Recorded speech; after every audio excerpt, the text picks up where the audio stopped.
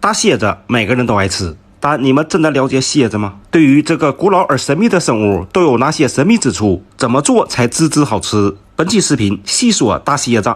Hello， 大家好，我是老郭。很多粉丝催更让我讲虫子，既然你们爱看呢，我就给你们整点狠货啊！五毒之首大蝎子，这个个头可以哈。徒手抓蝎子是有技巧的啊，不要抓它的身体，要不然这里没商量。抓的时候一定要水平位，然后一把薅住它的肚囊，这样就不会被蛰了。这就跟抓蛇掐七寸是一个道理，但最好还是用镊子抓，这样才是最安全的。我发现你们的口味现在是越来越重了，这玩意儿不便宜啊！这一堆蝎子花了我小1000啊！我这里有2个品种，这个大的呢叫林神巨翼蝎，属于热带雨林蝎的一种。很多蝎友们都是用它来当宠物，它的这个毒性不是特别大啊，对人体没有太大的伤害。但这个小的就不行了啊，这个小的叫东亚前蝎，毒性还是非常强的。在我国呢，基本上都是这个品种。一会儿呢，给它进行一个抛吃一体啊。我们先了解一下蝎子。蝎子并不是昆虫啊，它是节肢动物门柱形纲蟹目，距今已有4亿多年了。最早都是生活在海里，可以说算是海鲜了。到了石炭纪才进化到陆地。它的外壳为几丁质结构，它共有8个眼珠子，其中的一对长在背甲中线的中央，在背甲前端2侧分别还各长有3只。这8只眼睛视力并不好，只能识别光线，不能成像。蝎子能够精准的识别猎物，靠的是它的尾巴。蝎子高高举起毒针的行为，除了在嗅武力外，更多的是在探寻四周的变化，因为它的尾巴含有感光物质，能够像眼睛一样具有传导信号、感受光线变化的功能。可以说，尾巴就是蝎子的第9只眼睛，功能好比大圣哥的火眼金睛。它的尾巴由5个尾节和1个毒囊组成，这些刚毛有非常灵敏的感觉功能，毒针就长在毒囊上，非常的锋利。毒液是由毒囊里的毒腺所分泌，这个就是它的毒腺。毒液刚释放的时候为透明色，会逐渐的变浑浊。蝎毒是一种神经毒素，如果被剧毒的蝎子蛰了，小命会嘎的。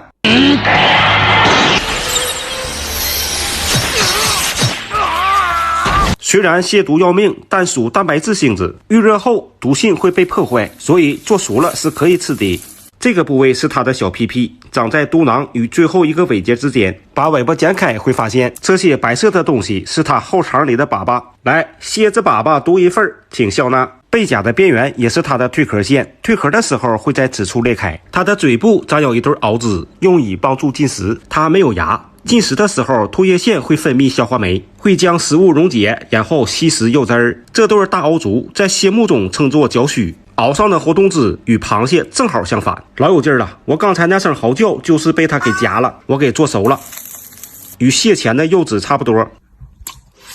味道不错。它的部足一共有4对，腹部由7个体节组成，两侧长有车膜，这个车膜弹性十足，收放自如。如果是孕蝎的话，车膜会被胀得很大。腹部的这些孔是它呼吸用的气门，各有4对，连接于枢肺。来，仔细看，在腹部的中央有个像雨刷器的部位，这个叫自状器，上面长有齿状的毛毛，是重要的感觉器官，非常的灵敏。毛毛上分布着丰富的神经末梢细胞，可精准识别经夹的位置。如果是公蝎的话，毛毛长，数量多，一般为21个；母蝎的话，毛毛短，数量少，为19个。这个特征也是区分公母的重要标志。在自状器的上方有个孔，这个孔就是它的生殖孔。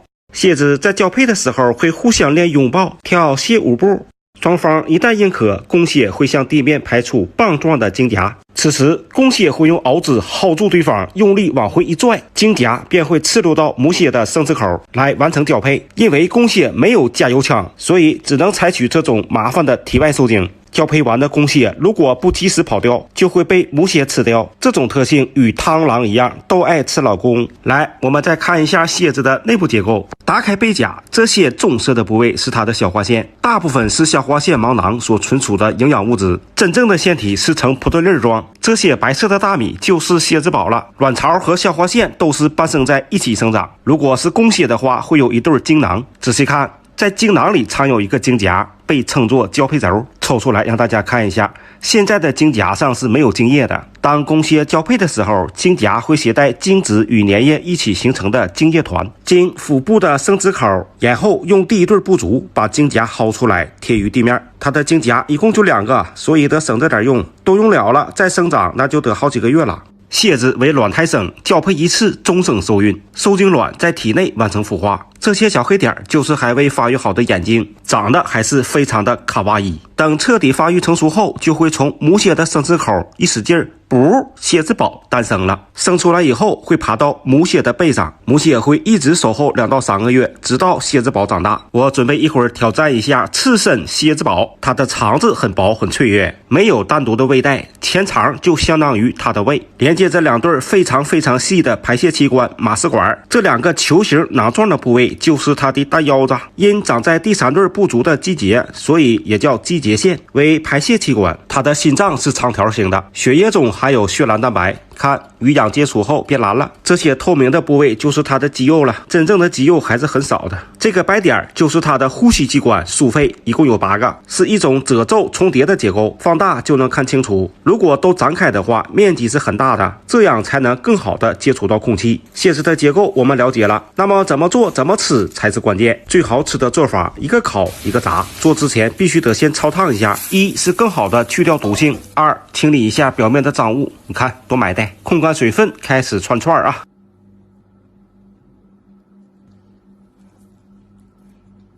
好了，起炭开烤，步骤不能乱啊。先刷油，烤到鸡鸡冒油，两面金黄的时候，喷1品鲜酱油，给点毛盐，撒孜盐、辣椒面。OK， 哎呦我去，这小味儿嗷一下上来了啊！怎么样？是不是想尝一口？再烤个馕，来开灶。这回烤熟了，不能害怕了吧？你就跟烤大虾一样嘛，可香了啊！吃，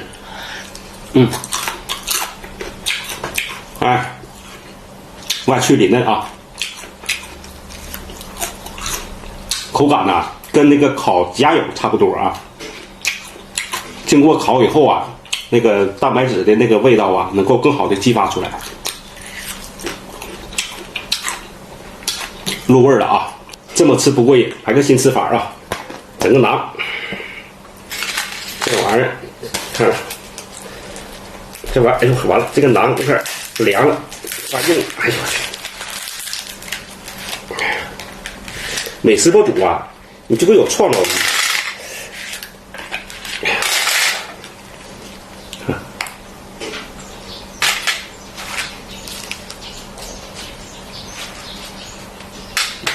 夹干一个啊！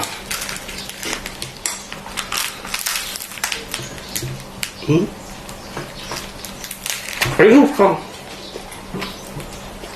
凉了发梗了，你要是刚烤的时候一夹正好。没吃着，再来一口。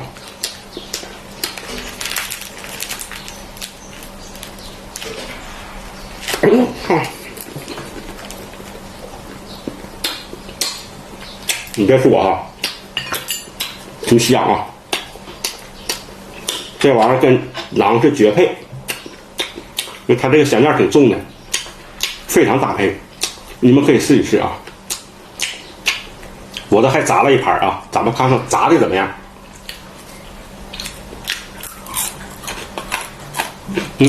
炸的也好吃啊，非常的香，但是呢，没有烤的它有味儿。这个烧烤味儿啊更足一些，它吃起来会更香，完了更酥啊，各有各的特点，都别眨眼啊，咱来个刺身蝎子煲，蝎子粑粑独一份，看着像大蛆似的，这一勺啊我全搂了啊，真吃啊，啥也不蘸，咱就尝个原味儿，是。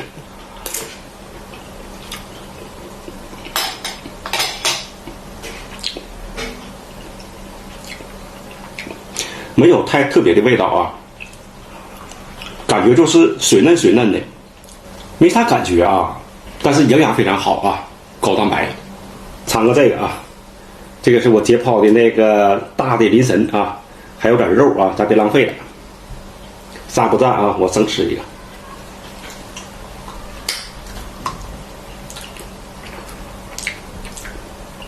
这个就跟吃那个虾肉差不多，也是没有啥味儿啊，但是口感呢很 Q 弹，就跟虾一样啊，虾肉啥样它就啥样。怎么样？这期视频刺激不？也不知道你们爱不爱看啊？如果爱看的话，我再准备整一期大蜘蛛啊。完了，这期咱就到这里啊，下期见，拜拜。都说八爪鱼爆头，但这只八爪鱼却无头可爆。那么它究竟是什么鬼？究竟是不是八爪鱼？能不能吃？看完本期视频，解答你们的疑惑。这个生物说起来非常的神秘，因水中的形态酷似动画片里的小飞象，大家都称之为小飞象章鱼。其实小飞象章鱼的种类还有很多，比如长得更倾向的燕灰烧，俗称烙饼章鱼的加州面烧。我们这只是扁面烧，属头足纲八腕目面烧科。它为什么现在的样子像一坨子那啥似的？因为它的身体结构是凝胶质的，死了以后就摊成了一坨子，支棱不起来。但是活着的时候就不一样了，你看两个耳朵一支棱，三乎的，非常的卡哇伊。有人会问，它和八爪鱼到底有啥区别？区别还是很大的。作为美食解剖UP主，我怎么能放过这来之不易的食材？来，大家跟我一起来解剖，看看它都有哪些特征，都哪里能吃，哪里不能吃。先看背面，也就是胴体部分。这两个小揪揪就是所谓的耳朵，其实就是用来游泳的鳍。但是扁面烧的鳍没有燕灰烧的发达，只能起到一个辅助划水的功能。泳鳍的后方长有一对大眼珠子，眼珠子只能露出来一疙瘩，因为眼窝比较狭窄，大部分的掩体埋藏于体内。来，往这儿看，这个部位有的人认为是它的嘴，其实不是的，这是它的呼吸口，不仅是呼吸口，还是它的排水口、排泄口、生殖口，一口多用，四口合一。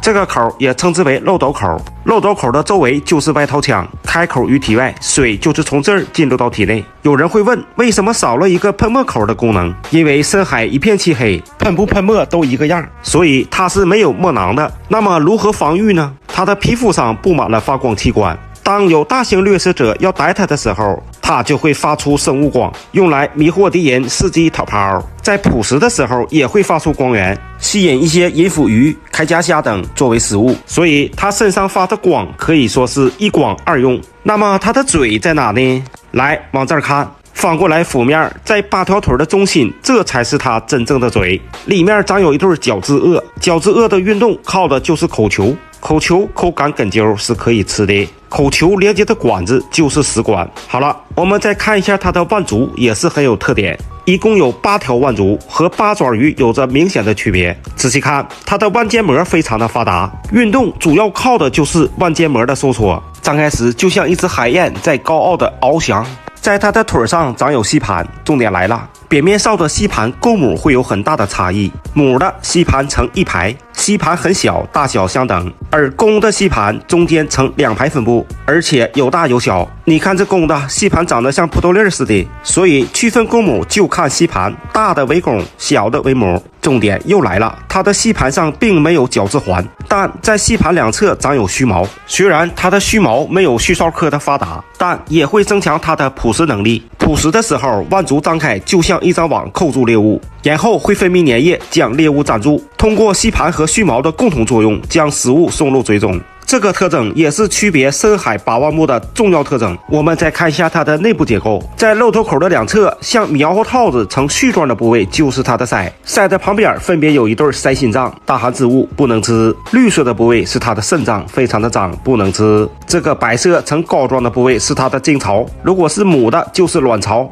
大米发现大米了，看卵巢里成熟的大米像一个维 C 胶囊，估计味道能不错。未成熟的卵子颜色发白，卵巢的末端这根管子就是排卵口，卵巢和精巢都是精华之物，每个人都爱吃。这两个大的黑色的部位就是眼球，非常的腥，不能吃。大脑就在两眼之间，仔细看，这个部位有个 U 型的软骨内壳，在面烧中依然保留这个内壳，说明它在八腕目中还属原始低等生物。这个发棕色的部位就是它的肝脏，非常的腥，不能吃。肝脏中间发黑的部位是它的胃囊，里面有胃消化完的食物，吃了很容易噗噗。它的肠道很短，这个就是它的小屁屁，这里还有一颗主心脏。我们再看一下它腕部的特征，因为是凝胶质的结构，所以是透明色，我们能清晰的看见每条腕上的神经管。好了，小飞象到底好不好吃？我试吃了一下，由于我溜水溜的时间长了，一点鲜灵味都没有，但可以吃。本期奢侈环节宣布成功翻车。再说了，小飞象这么可爱，我们怎么可以吃它呢？好了，本期视频就到这里，感谢大家的点赞关注，咱们下期再见，拜拜。此鱼北方俗称先生鱼，每个人都爱吃。从外形上看，酷似石头鱼，那么它究竟是不是石头鱼？有没有毒呀？好不好吃呀？本期视频咱们就好好的研究研究它。友情提示：前方高能活体寄生虫，请谨慎观看。Hello， 大家好，我是老郭。今天呢，给大家介绍一个奇葩的鱼，就是这个，长得奇丑无比，跟石头鱼有点亲缘关系，都是游行目嘛，对比起来还是很像的。但它可不是石头鱼在我们北方都称为先生鱼。虽然它的背鳍都有毒刺，但是它的毒性非常小，对人体没有什么危害，但扎一下也挺疼所以呢，我提前送他们仨上路了。我小时候这个鱼都没人吃，但现在不一样了，好几十一斤说起先生鱼咱就不得不提一下小姐鱼来，就是这个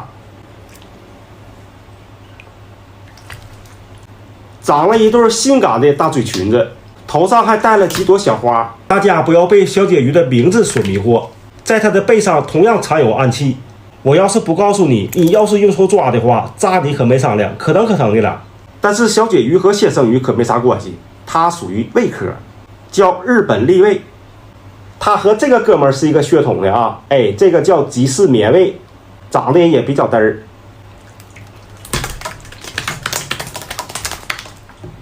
小姐我们先养着，咱们今天主要是泡先生，看看都有哪些特点。开整。我补充一下先生鱼的中文名叫绒肚腹鱼。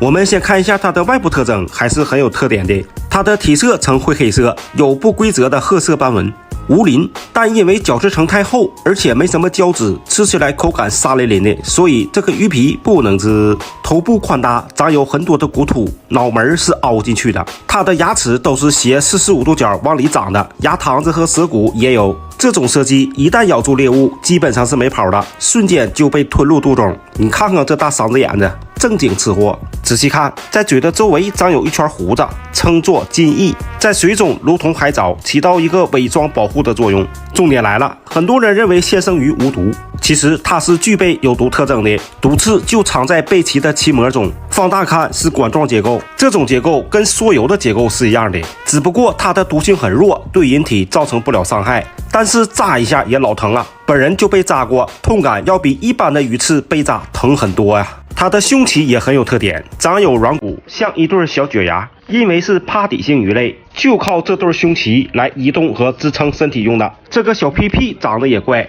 正常鱼的屁屁都长在尾部，它是长在中央的。咱就从屁屁这儿下剪子，看一下它的内部结构。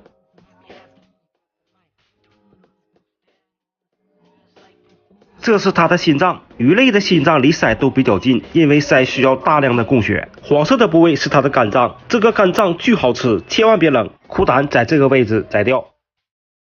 这一团子就是它的肠子，发现神秘之物了，看见白色的线条没？这就是大名鼎鼎的异见线虫，主要就寄生在鱼肚和肠子上，这个就是鱼肚。来，跟我一起找虫，这虫还都活着呢。给你们放大了看一下它的具体结构。这是头部，头部长有钻齿，可以钻入肌肉组织中。换条大的，来仔细看。这是一只即将蜕皮的线虫新虫正在里面动呢。这份影像十分珍贵，大家好好收藏。大家在杀鱼的时候遇到这种虫，千万不要恐惧，食材只要做熟了都能杀死。我这是90度的热水扔里面，立马它就烫死了，这都烫白了，说明熟了。吃肚里就是优质蛋白，造就完了。好，咱们继续扒拉。白色的部位是精巢，精华之物，居香无比。如果是母鱼的话，就是卵巢。这条鱼的卵巢呈黄色，已经发育成熟了。要是绿色的话，就还没成熟。先生鱼甩籽的时候，会找一些有缝隙的地方，然后侧身，噗，瞬间就甩完了。它它的卵像蒲墩粒一样，都是成串的连在一起的。据说现生鱼的鱼脂营养价值极高，味道十分鲜美。如果有你们赞的支持，我一会儿就给它刺身了。这个红色的部位应该是脾脏，紧贴脊骨的是肾脏。现生鱼是没有鱼膘的，内脏能吃的部位就是鱼肝、鱼脂、精巢，鱼肚就不要了，虫太多了。处理鱼的时候头剁掉，头也没啥肉就不要了，把皮扒掉。改上一字花刀。不少人问我大连焖鱼怎么焖，收藏好了。先将鱼焯下水，这个步骤少不了，要不然就倒沫子了。爆锅的时候最好加一半猪油，猪油不仅增香，而且收汁的时候汤会很黏糊。爆锅料有葱、姜、蒜、辣椒段，一个八角，炒香，吃点料酒，烹入酱油，加水。放鱼，调味加入2份的盐，1份的糖，1份味素，1份胡椒粉，炖就行了。鱼干和精巢别忘放里头，收汁儿一定要收到位，看收到这种黏糊糊的就对了，颜色浅就兑点老抽啊，调成这种金黄色，最后撒把葱花香菜就 OK 了。炖出来的鱼必须是金黄色，有亮的，鱼籽儿冲洗一下，用盐腌制一会儿，开始码味儿。大哥开饭了，开始码味儿啊！来，你们尝一口不？怕不怕肚里长虫虫？鱼味老重了，这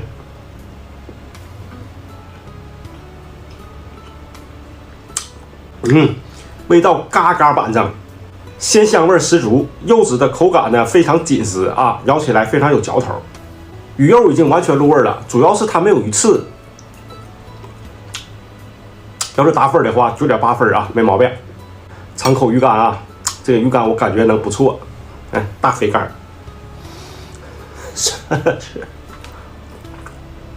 哇，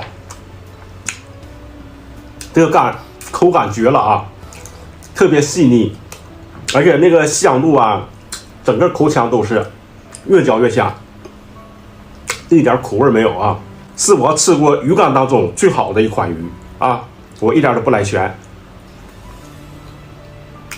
绝了！你们有机会必须尝一下这个鱼干，太爽了。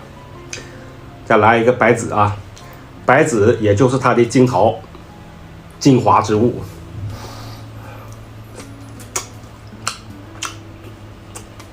啊，同样好吃，鲜香滑嫩，绝了啊！哎呀，咱家大哥来了，你什么情况？来，给你个大鱼干，来，可好吃了。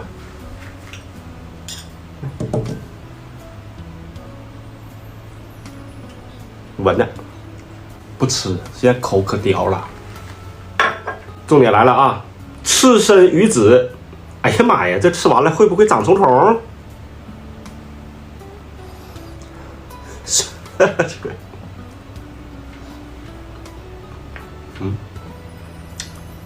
咯吱啪啪的爆浆，是一个咸的一个味道。啥玩意儿？喂，大哥，影响我工作了，大哥。去玩去吧。我这还不走了呢，这还。好了，走了。你们肯定也问呐，哎呀，老郭，你不怕得虫虫？当然不怕了。鱼子啊，不是一节线虫适合的居住场所，高风险区域是消化道以及鱼肉，哎，这个部分风险系数比它大多了。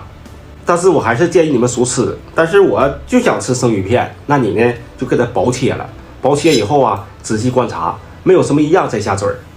好了，完了，咱这期视频呢就到这里，咱们下期再见，拜拜。